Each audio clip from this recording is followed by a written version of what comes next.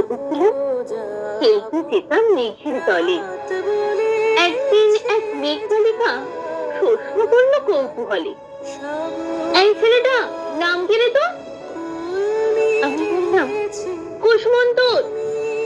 মেঘবালিকা রেগে যাবো, মিথ্যে কথা, নাম কি এমন হয় কখনো?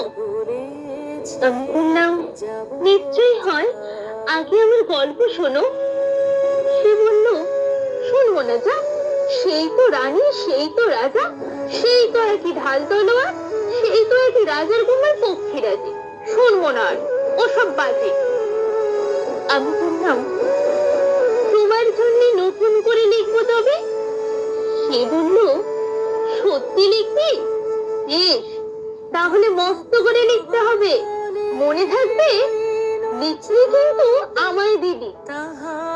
আমি বললাম